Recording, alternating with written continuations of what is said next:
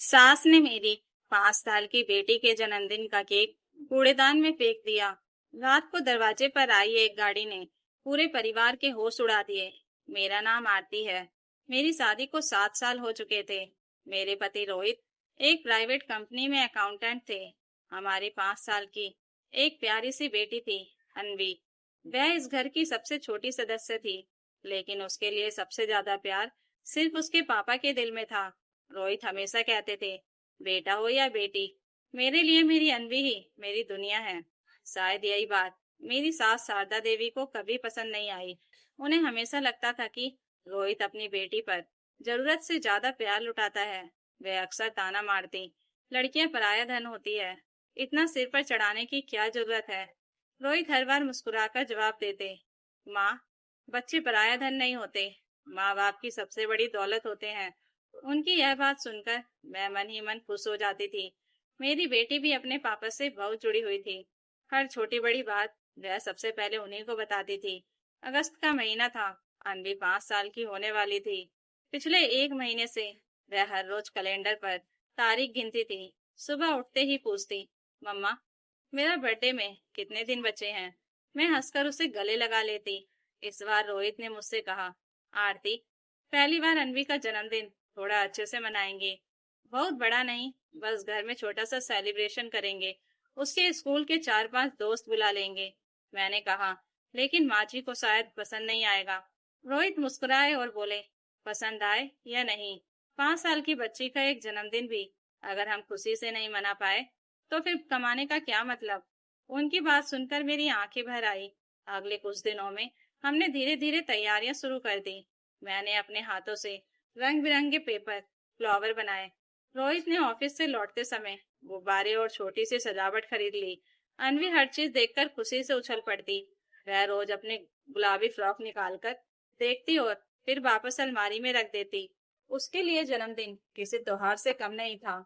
लेकिन जिस दिन सासू माँ को पता चला कि हम केक भी मंगवा रहे हैं और बच्चों को बुला रहे हैं, उनका चेहरा उतर गया। उन्होंने सीधे रोहित से कहा, इतना खर्च एक लड़की के जन्मदिन पर? हमने तो कभी ऐसा नहीं देखा।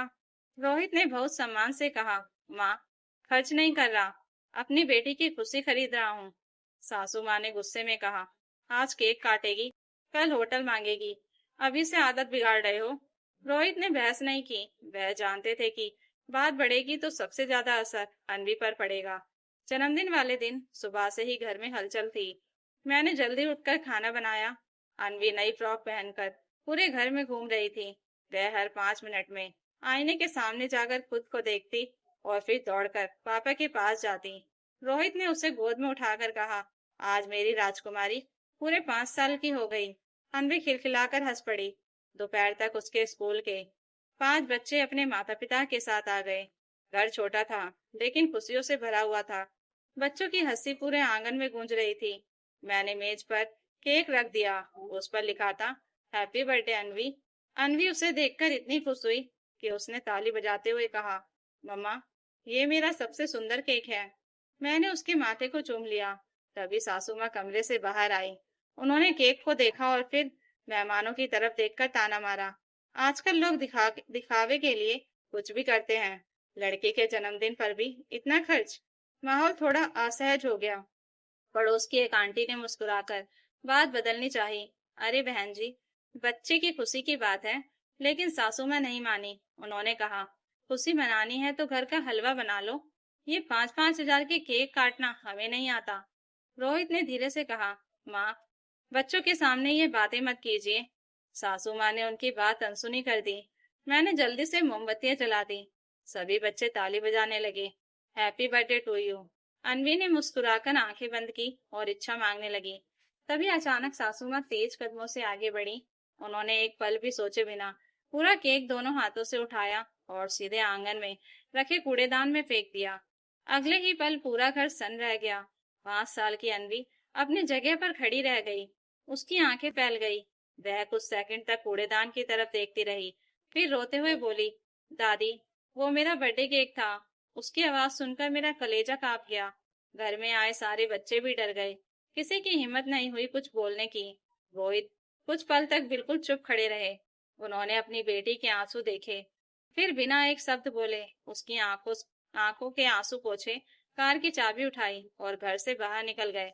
मैं समझ नहीं पा रही थी कि वे कहाँ जा रहे हैं। उधर अनवी लगातार रो रही थी और सासू माँ अभी भी यही कह रही थी, मैंने कोई गलत काम नहीं किया, लड़की के जन्मदिन पर ये फिजूल खर्ची नहीं होगी। लेकिन उन्हें बिल्कुल अंदाजा नहीं था कि रोहित ने घर से निकलते समय मन में ही मन एक ऐसा फैसला कर लिया था जिसके बाद उसी रात दरवाजे पर आने वाली एक गाड़ी पूरे घर की सोच बदलने वाली थी। रोहित के घर से निकलते ही पूरे घर में अजीब सी खामोशी छा गई। 5 साल की अनवी अब भी कूड़ेदान में पड़े अपने टूटे हुए केक को देख रही थी। उसकी आंखों से लगातार आंसू बह रहे थे। उसने मासूमियत से मुझसे पूछा, मम्मा, क्या मैंने कोई गलती की थी? दादी ने मेरा केक क्यों फेंक दिया? उस सवाल का मेरे पास कोई जवाब नहीं था। मैंने उसे सीने से लगा लिया। उसकी सिसकियां मेरे दिल को चीर रही थी। घर आए दूसरे बच्चे भी सहम गए थे। किसी का मन अब खेलने का नहीं था। एक एक करके उनके माता पिता उन्हें लेकर जाने लगे। जाते जाते पड़ोस की सीमा आंटी मेरे पास आई और धीरे से बोली, बेटा, हिम्मत रखना, बच्ची का दिल मत टूटने देना। मैं बस सिर हिलाकर रह गई। उधर सासू माँ बिना किसी पछतावे के सोफे पर बैठ गई और बोली, अच्छा हुआ सब चले गए, फालतू का तमाशा खत्म हुआ। मैंने पहली बार उनसे कहा, माँ जी, आज आपने केक नहीं फेंका, 5 साल की बच्चे की खुशी फेंक दी। वह तुरंत बोली, इतनी सी बात का ड्रामा मत करो, केक ही तो था, कल दूसरा आ जाएगा। मैंने शांत स्वर में कहा, केक कल आ जाएगा लेकिन आज का जन्मदिन वापस नहीं आएगा। वह मेरी बात सुनकर भी चुप नहीं हुई, उल्टा बोली, तुम लोगों ने ही इसे सिर पर चढ़ा रखा है। तभी अनवी धीरे धीरे मेरे पास आई। उसने अपनी छोटी सी गुलाबी फ्रॉक की जेब से एक कागज निकाला। वह स्कूल स्कूल में बना हुआ एक छोटा सा कार्ड था जिस पर टेढ़े मेढ़े अक्षरों में लिखा था, थैंक यू पापा। मैंने पूछा, ये कब बनाया? वह रोते रोते बोली, मैंने पापा को सरप्राइज देने के लिए बनाया था, क्योंकि उन्होंने बोला था कि इस बार मेरा सबसे अच्छा बर्थडे होगा। मेरा गला भर आया। तभी फोन बजा। स्क्रीन पर रोहित का नाम था। मैंने घबराकर फोन उठाया। उन्होंने सिर्फ इतना कहा, आरती, अनवी को तैयार रखना और हाँ, उसे कहना कि उसका जन्मदिन अभी खत्म नहीं हुआ है।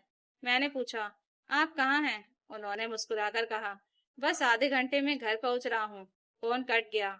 उनकी आवाज सुनकर मुझे लगा कि वह गुस्से में नहीं बल्कि किसी तैयारी में है। मैंने अनवी के आंसू पोंछे और कहा, बेटा, पापा ने कहा है कि तुम्हारा बर्थडे अभी बाकी है। वह धीरे से बोली, सच? मैंने मुस्कुराकर सिर हिला दिया। उधर सासू माँ ने ताना मारा, देख लेना, फिर कोई नया तमाशा करेगा। समय धीरे धीरे बीतने लगा। शाम के करीब 7:30 बजे बाहर गाड़ी रुकने की आवाज आई। सासू माँ खिड़की की तरफ बढ़ी। उन्होंने देखा कि घर के बाहर एक छोटी सी बेकरी की डिलीवरी वैन खड़ी थी। उसके पीछे एक और गाड़ी थी जिसमें रंग बिरंगे गुब्बारे और सजावट का सामान रखा था। रोहित गाड़ी से उतरे। उनके साथ उनका कॉलेज का दोस्त संदीप भी था, जो शहर में अपनी बेकरी चलाता था। संदीप के हाथ में पहले से भी बड़ा और सुंदर केक था। उसके ऊपर चॉकलेट से लिखा था, our princess Anvi, happy birthday. Anvi दौड़कर दरवाजे तक पहुंची। उसकी आंखें चमक उठी। रोहित घुटनों के बल बैठ गए और बोले, राजकुमारी, क्या हम फिर से शुरुआत करें? अनवी ने बिना कुछ कहे उन्हें कसकर गले लगा लिया। उसकी रुलाई खुशी में बदल चुकी थी। संदीप मुस्कुराकर बोला, भाभी, रोहित का फोन आया तो उसने सिर्फ एक बात कही, मेरी बेटी आज रोनी नहीं चाहिए, इसलिए मैं खुद सब लेकर आ गया। कुछ ही मिनटों में वही बच्चे जो पहले चले गए थे वापस बुला लिए गए। पड़ोस वाले भी फिर आ गए। आंगन दोबारा सज गया। इस बार किसी ने शोर नहीं किया। सबकी नजर सिर्फ अनवी की मुस्कान पर थी। लेकिन सासू माँ अभी भी चुपचाप खड़ी थी। उनके चेहरे पर पहली बार हल्का सा पछतावा दिखाई दे रहा था। तभी रोहित ने उनकी तरफ देखा और शांत आवाज में कहा, माँ, मैं आपसे लड़ना नहीं चाहता, लेकिन आज एक बात साफ कर देना चाहता हूँ। पूरे घर में फिर सन्नाटा छा गया। सासू माँ ने उनकी तरफ देखा। रोहित आगे बढ़े और बोले, आज आपने मेरी बेटी का केक नहीं फेंका, आपने उसके बचपन की सबसे प्यारी याद तोड़ दी। यह सुनते ही सासू माँ पहली बार कुछ बोल नहीं पाई, लेकिन उन्हें अभी भी अंदाजा नहीं था कि अगले कुछ मिनटों में रोहित जो फैसला सुनाने वाले हैं, वह सिर्फ आज का जन्मदिन नहीं बल्कि इस घर के आने वाले हर रिश्ते का नियम बदल देगा। आंगन एक बार फिर बच्चों की हंसी से भर गया था, लेकिन इस बार हर किसी की नजर रोहित पर थी। उन्होंने अनवी का हाथ पकड़कर उसे केक के सामने खड़ा किया और मुस्कुराकर कहा, बेटा, इस बार आराम से मोमबत्तियां बुझाओ, कोई तुम्हारी खुशी तुमसे छीन नहीं सकता। अनवी ने आंखें बंद करके इच्छा मांगी, मोमबत्तियां बुझाई और पूरे आंगन में तालियां गूंज उठी। उसने सबसे पहला केक का टुकड़ा अपने पापा को खिलाया, फिर मेरी तरफ बढ़ी। उसके बाद वह कुछ सेकंड रुकी, केक का एक छोटा सा टुकड़ा लेकर अपनी दादी के सामने पहुंची और मासूमियत से बोली, दादी आप भी खा लो। 5 साल की बच्ची के उस भोलेपन ने वहां खड़े हर इंसान को चुप कर दिया। सासू माँ की आंखें झुक गई, उनके हाथ कांप रहे थे। उन्होंने केक का टुकड़ा तो ले लिया, लेकिन उनकी आंखों से आंसू निकल पड़े। रोहित ने सबके सामने बहुत शांत आवाज में कहा, माँ, आज मैं आपसे बहस नहीं करूंगा। मैं सिर्फ एक बात कहना चाहता हूँ। जब मैं छोटा था, आपने मेरा हर जन्मदिन मनाया, मेरी हर छोटी खुशी का ध्यान रखा। अगर उस समय किसी ने मेरा केक फेंक दिया होता, तो आपको कैसा लगता? सासू माँ ने कोई जवाब नहीं दिया। रोहित फिर बोले, फिर मेरी बेटी के साथ ऐसा क्यों? सिर्फ इसलिए कि वह लड़की है? यह सुनकर सासू माँ फूट पड़ी। उन्होंने पहली बार स्वीकार किया, रोहित, मुझसे बहुत बड़ी गलती हो गई। मैं पुराने जमाने की सोच से बाहर ही नहीं निकल पाई। उन्होंने अनवी को अपने पास बुलाया। अनवी पहले मेरी तरफ देखने लगी, फिर मुस्कुराकर से हिलाया। वह धीरे धीरे दादी के पास गई। सासू माँ घुटनों के बल बैठ गई और बोली, दादी को माफ कर दे बेटा, दादी ने गुस्से में बहुत गलत काम कर दिया। अनवी ने अपने छोटे से हाथ से उनके आंसू पोंछ दिए और बोली, अब आप मेरा अगला केक नहीं फेंकोगी ना? यह सुनते ही वहां मौजूद हर व्यक्ति की आंखें नम हो गईं। सासू माँ ने उसे सीने से लगा लिया और कहा, कभी नहीं। अब दादी की अब दादी ही हर साल तेरे लिए सबसे बड़ा केक लाएगी। रोहित ने मेरी तरफ देखा, उनकी आंखों में संतोष था। उन्होंने कहा, आज से इस घर में एक बात हमेशा याद रखी जाएगी, बेटे की खुशी किसी बेटे से कम नहीं होगी। और अगर कभी किसी ने मेरी पत्नी या मेरी बेटी का दिल दुखाया, तो सबसे पहले मैं उनके साथ खड़ा हो रहूंगा। पड़ोस की सीमा आंटी मुस्कुराकर बोली, यही तो असली पिता होता है। उस रात मेहमान एक एक करके घर लौट गए।